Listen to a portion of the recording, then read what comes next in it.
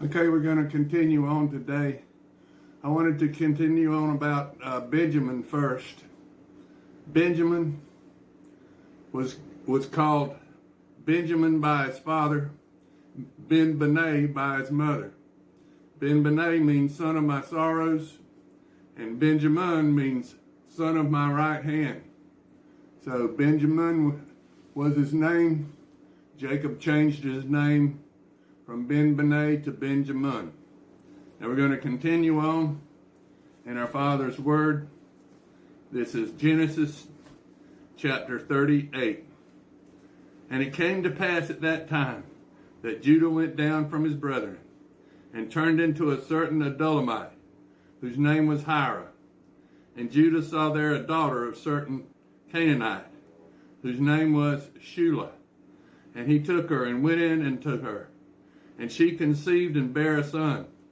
And he called his name And she conceived again and bare a son. And she called his name Onan. And she yet conceived again and bare a son. And she called his name Shelah. And he was of Shabiz when she bare him. And Judah took a wife for his firstborn, whose name was Tamar. And Judah's firstborn, was wicked in the sight of the Lord, and the Lord slew him. And Judah said unto Onan, Go into unto thy brother's wife, and marry her, and raise up seed to thy brother. And Onan knew that the seed should not be his. And he came to pass, when he went unto his brother's wife, that he spilled it in on the ground, lest he should give seed to his brother. And the thing which he did displeased the Lord, wherefore he slew him also. Then Judah said to Tamar, his daughter-in-law, Remain a widow at thy father's house, till Shelah my son be grown. For he said, Lest peradventure he die also, as his brethren did. And Tamar went and dwelt in her father's house. And in the process of time, the daughter of Shelah, Judah's wife, died. And Judah was comforted, and went into his sheep shearers into Timnath, he and his friend Hira the Adullamite. And it was told Tamar, saying, Behold, thy father-in-law goeth to Timnath to shear his sheep. And she put her widow's garments off her, and covered her with a veil, and wrapped herself, and sat in an open place, which is by the way to Timnath. For she saw that Shelah had grown, and that she was not given unto him to wife. When Judah saw her, he thought her to be a harlot, because she had covered her face. And she turned unto her by the way, and said, Go, I pray thee, let me come into thee. For he knew not that she was his daughter-in-law. And she said, What wilt thou give me, that thou mayest come in to me? And he said, I will send thee a kid from the flock. And she said, Wilt thou give me a pledge till thou send it? And he said, What pledge shall I give thee? And she said, Thy signet, and thy bracelets, and thy staff that is in thine hand. And he gave it her, and came into her, and she conceived by him.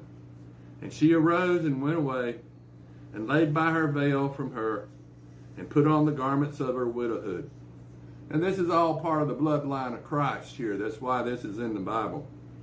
And Judah sent the kid by the hand of his friend the Adullamite to receive his pledge from the woman's hand.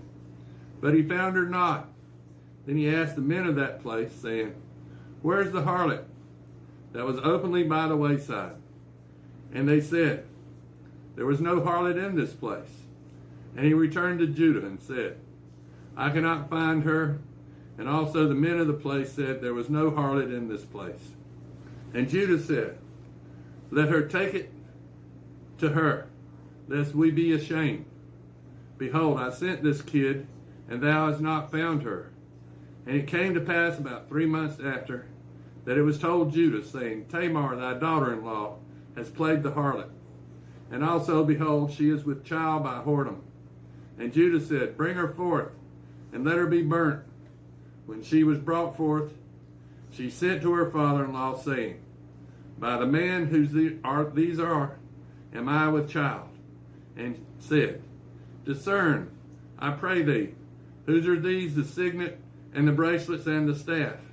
And Judah acknowledged him and said, She has been more righteous than I, because that I gave her not to Shelah, my son, and she knew her no more.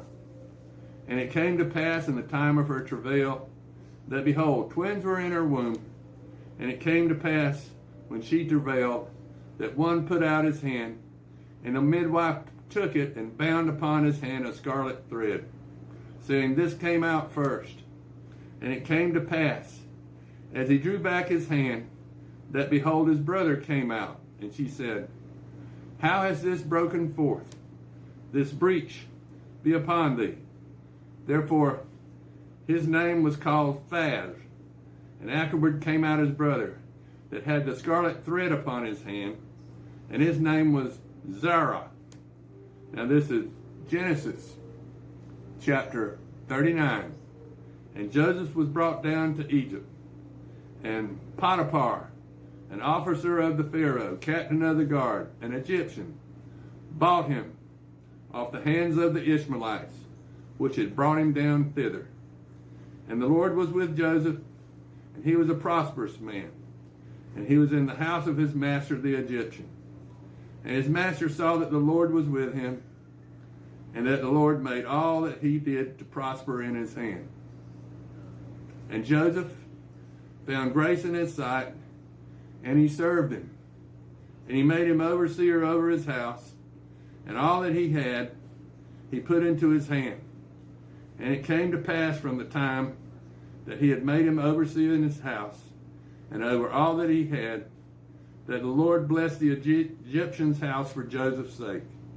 And the blessings of the Lord was upon all that he had in the house and in the field. And he left all that he had in Joseph's hand, and he knew not aught he had, save the bread which he did eat. And Joseph was a goodly person, and well favored. And it came to pass, after these things, that his master's wife cast her eyes upon Joseph. And she said, Lie with me. But he refused and said unto his master's wife, Behold, my master wotteth not what is with me in the house. He hath committed all that he had to my hand. There is none greater in this house than I, neither hath he kept back anything from me but thee, because thou art his wife. How then can I do this great wickedness, and sin against God? And it came to pass, as she spake to Joseph day by day, that he hearkened not unto her, to lie by her, or to be with her. And it came to pass about this time, that Joseph went into the house to do his business, and there was none of the men of the house there within. And she caught him by his garment, saying, Lie with me. And he left his garment in her hand and fled, and got him out. And it came to pass, when she saw that he had left his garment in her hand, and fled forth, that she called unto the men of her house, and spake unto them, saying, See, he hath brought in a Hebrew unto us to mock us. He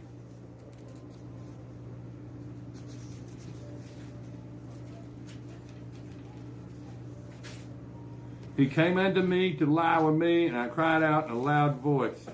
And it came to pass, when he heard that I lifted up my voice and cried, that he left his garment with me, and fled, and got out.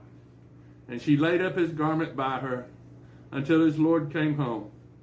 And she spake unto him according to these words, saying, The Hebrew servant, which thou hast brought unto us, came in unto me to mock me. And it came to pass, I lifted up my voice and cried, that he left his garment with me, and fled out.